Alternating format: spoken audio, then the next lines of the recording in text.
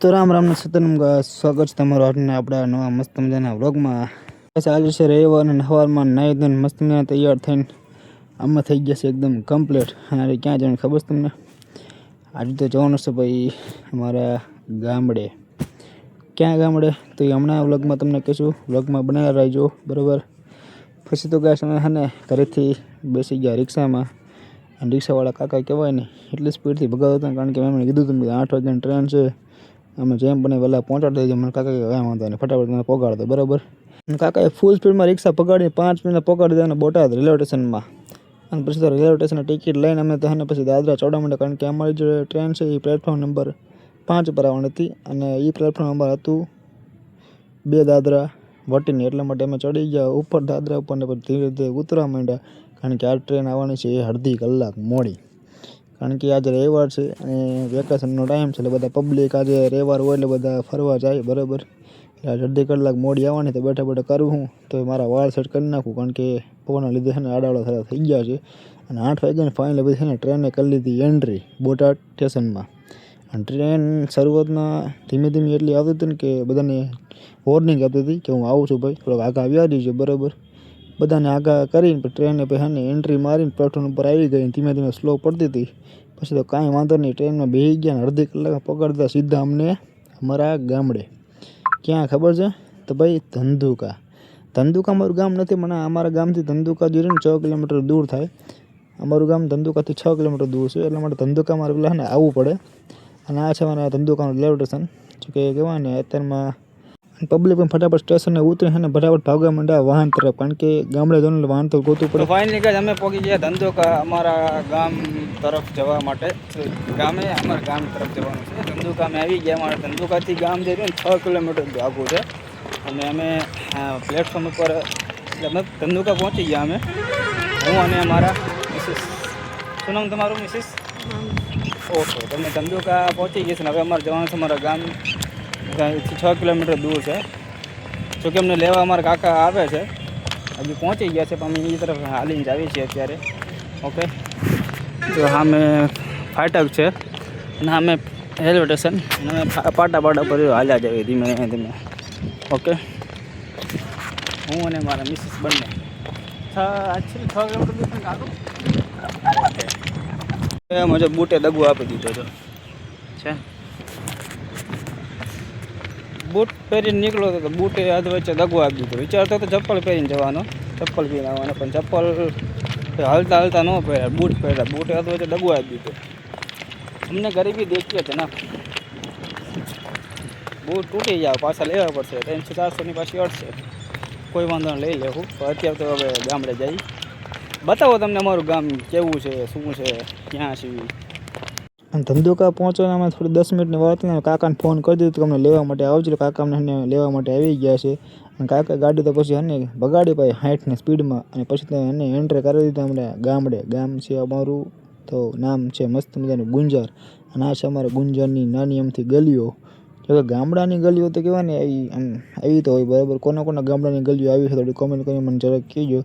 અને ફાઇનલી અમારા ઘરની શેરીમાં અમે એન્ટર થઈ ગયા બરાબર. અને આ છે અમારા ઘરની નાની એમથી નહીં પણ થોડી મોટી ગલી. અને આ છે અમારું ફાઇનલી કહું તો ભાઈ અમારું ગામડાનું ઘર. જે પહેલાં અમે અહીંયા રહેતા હતા બરાબર, અત્યારે તો અમે બોટાદ રહીએ છીએ. અને અમારા દાદા, મારા પપ્પાના પપ્પા એટલે મારા ગ્રેન્ડફાધર. અને આ છે મારો ભાઈ.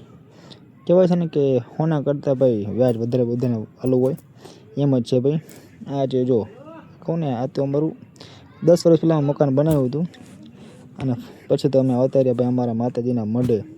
આ છે અમારા ચામુંડમાં, જો કે અમારા કહેવાય ને અમારા કુટુંબના કુળદેવી છે બરાબર. અને આ અમારો મઢ કે જ્યાં અમારે કહેવાય ને માતાજીને સ્થાનક અમે આપેલું છે. ઓકે, આના આશીર્વાદથી આપણે આગળ વધવાનું છે બરાબર. અને વધશું, આશીર્વાદ તેની હાર જ છે, કંઈ વાંધો નહીં, દર્શન કરી લઈએ. અને આ છે મારા મેરડીમાં, જોકે ત્યાં અમે અમારે તાવો કરવા માટે અમે આવ્યા છીએ બરાબર. જોકે મને આનો સપોર્ટ તો મને ફૂલ સપોર્ટ છે. અડધી રાતે પણ ગમે ત્યારે આને યાદ કરો ને તો મને કોઈ દી મારું કામ ના કર્યું ને તો કોઈ બનવું નથી બરાબર. આના સપોર્ટથી અત્યાર સુધી આપણે જ્યાં છીએ ને એ છીએ બરાબર. આના વગર ક્યાંય અમે નથી અત્યારે. અને ફાઇનલી ગાઈસ તાવાની સાપડી તૈયાર થઈ ગઈ હતી ને પપ્પા બેસી ગયા હતા ને તળવા માટે. પણ એમાં એવું હતું પવન બહુ વધારે પડતો હતો ને એને થોડોક એને ખાટલો આડો મૂકવો પડ્યો હતો, કારણ કે પવનના કારણે કહું ને જે તાપણું હતું ને એ સરખું થતું નહોતું. એટલે મને પછી એને ચૂલાને વ્યવસ્થિત કરવા માટે એની નીચે ખાટલો આડો મૂક્યો અને પછી એને પપ્પાએ ફટાફટ આપણે તળી નાખી. બરાબર, એ પછી સાપડી તળાઈ જાય પછી એને માતાજીને ઝારવાની છે. અને ચાપડી તળાઈ જાય પછી અમે આવતા રહીએ બધા મઢે, જો કે એને ઝારવાની, ઝારા વગર કહેવાય પ્રસાદી ના લઈએ કે તમારે માતાજીને તો ઝારવી પડે. આ છે અમારા માતાજીના ભૂવા, જો કે ઝારવાની એને હોય એટલે એ પછી અમને ફોન કે એમને બોલાયા. પછી એ ભાઈ આવ્યા અને ઝારવાનું કામ એમને ચાલુ કરી દીધું. બરાબર,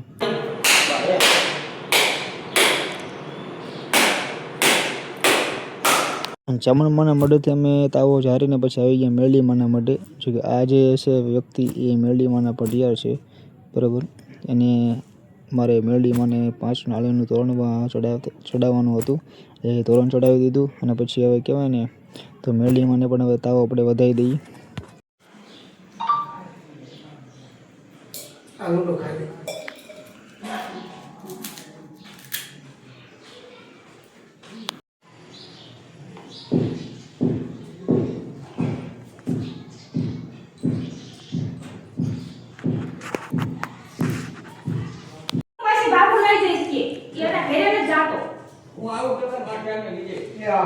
જોકે પછી બંને મઢેથી તાવો વધાવીને મેં આવતા રહ્યા અમારા ઘરે. જોકે પ્રસાદી લેવાનું અમારા ઘરે હતું. બરાબર, એટલે પ્રસાદી લેવા માટે બધાને કીધું હતું પણ એ બધા થોડુંક મોડું થયું હતું. એટલે તૈયારી તો બધી થઈ જ ગઈ હતી, હવે એની જ વાટ હતી. એટલે અમારા મિસિસ કહેવાય ને થાળીઓ બધું સાફ કરી નાખ્યું. બરાબર, જેથી કહેવાય ને વાંધો નહીં એમ.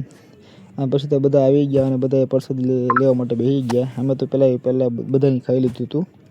પછી તો હે ને પ્રસાદી લઈને બધા પોતપોતાના ઘરે વહી ગયા. હું આવતો રહે પછી બહાર દુકાને મસ્ત મજાની ઠંડી એવી લચ્છી પીવા માટે, કારણ કે મને કહેવાય ને થોડુંક પેટમાં બળતું હતું એટલા માટે. આ ધંધુકાથી અમારા ગામથી લગભગ 1.5 કિલોમીટર જેટલી દૂર છે હોટલ.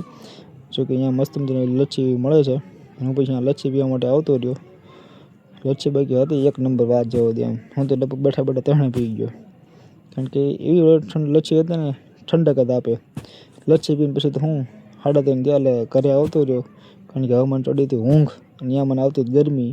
એટલે ઘરે આવતો રહ્યો, મસ્ત મને પંખો ચાલુ હતો. મેં કીધું કડી થોડીક ઊંઘ લઈ લેવી. પણ એમ એવું તો દાદા પછી મને બહાર બોલાવ્યો કે કામ હતું એમને, એટલા માટે હું પછી દાદા પાસે બહાર આવતો રહ્યો. દાદા જો કે બેઠા મારા ભાઈ વાતો કરતા હતા. કાંઈ વાંધો નહીં, તમે એમની વાતો કરો.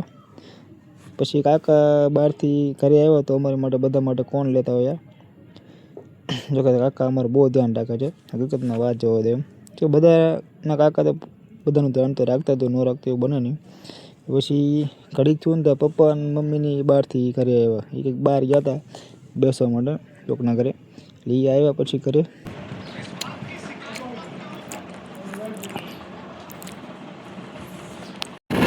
ફાઇનલી ગાઈસ અમે અત્યારે એને ગામડેથી નીકળી ગયા છે અમારા ગામ બોટાદ જવા માટે બાઇક લઈને. બરાબર, અત્યારે બરાબર બાઇક લઈને અમે નીકળી ગયા છે. સવારમાં અમે ટ્રેનમાં આવ્યા હતા, 9 વાગ્યા પહોંચ્યા હતા ગામડે. અત્યારે 5 વાગ્યા છે અને અમે નીકળી ગયા છીએ બોટાદ માટે. હું અને મારા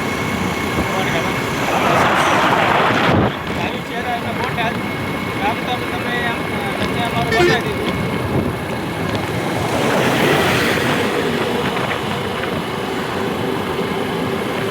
ફાઇનલી અમે જઈએ ઘર તરફ અને આપણો બ્લોગ આજનો જે અહીંયા પૂરો કરવી છે. મળીએ તો પાછા નવા બ્લોગમાં.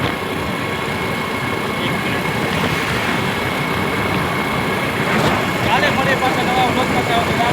જે માટે છે અને બધા શું કહેવાના આપણે બધી